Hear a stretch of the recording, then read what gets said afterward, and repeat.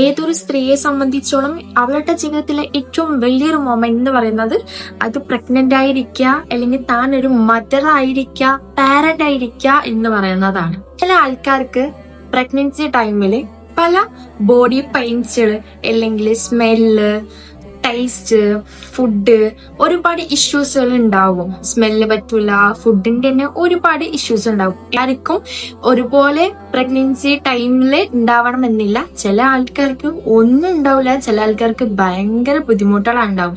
ഛർദി, അവിടെ തൊട്ട ഇവിടെ തൊട്ട ഒക്കെ പ്രശ്നം ഉണ്ടാവും. അപ്പൊ ഇത് കാണുന്ന ചില ആൾക്കാർ പറയും, ഞാൻ 4-5 പ്രസവിച്ചില്ലേ, എനിക്കില്ലാത്തത് എന്താ നിനക്ക്, നീ എടുക്കാൻ തുടങ്ങിയെന്ന് പറയാം. ഞാൻ ഒരു കാര്യം പറയട്ടെ, നിങ്ങളെ പാർട്ട്ണറിനെ എത്രത്തോളം നിങ്ങൾക്ക് കെയറിങ് അല്ലെങ്കിൽ എത്രത്തോളം സ്നേഹിക്കാൻ പറ്റും, ആ ഒരു ടൈമിൽ നിങ്ങൾ നല്ലതുപോലെ എന്ത് ചെയ്യുക, സ്നേഹം നിങ്ങൾ കെയറിങ് കൊടുക്കുക. എത്ര പ്രസവമാണെങ്കിൽ പോലും പ്രസവം എന്ന് പറയുന്ന ആ ഒരു ടൈമിൽ നിങ്ങൾ നല്ല സ്നേഹം കൊടുത്തിട്ടില്ലെങ്കിൽ, നിങ്ങളല്ലെങ്കിൽ ഇത് ഇവളെ 5-മത്തെ അല്ലെങ്കിൽ ഇവളെ 4-മത്തെ എന്ന് പറ്റ നിങ്ങൾ അവോയ്ഡ് ആക്കാതെ അവൾ ചേർത്ത് പിടിക്കാൻ വേണ്ടി നിൽക്കുക. കാരണം അത് അവളുടെ വെച്ചിലുണ്ടാവുന്ന ബേബിക്ക് നല്ലപോലെ എഫക്ട് ചെയ്യുന്നുണ്ട്.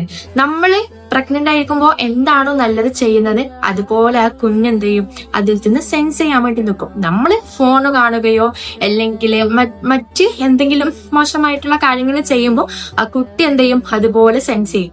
അതും നമ്മൾ ഫോൺ കാണുമ്പോൾ കുട്ടിയാണെന്ന് ഫോണിൽ പോയിട്ട് കളിക്കാന്നല്ല, അത് അവരുടെ ബ്രെയിനിൽ എന്ത് ചെയ്യും, സ്റ്റോറേജ് വെച്ച് പിന്നീട് അവരെന്ത് ചെയ്യും, ഫോണുമായിട്ട് അഡിക്ഷൻ ആവും.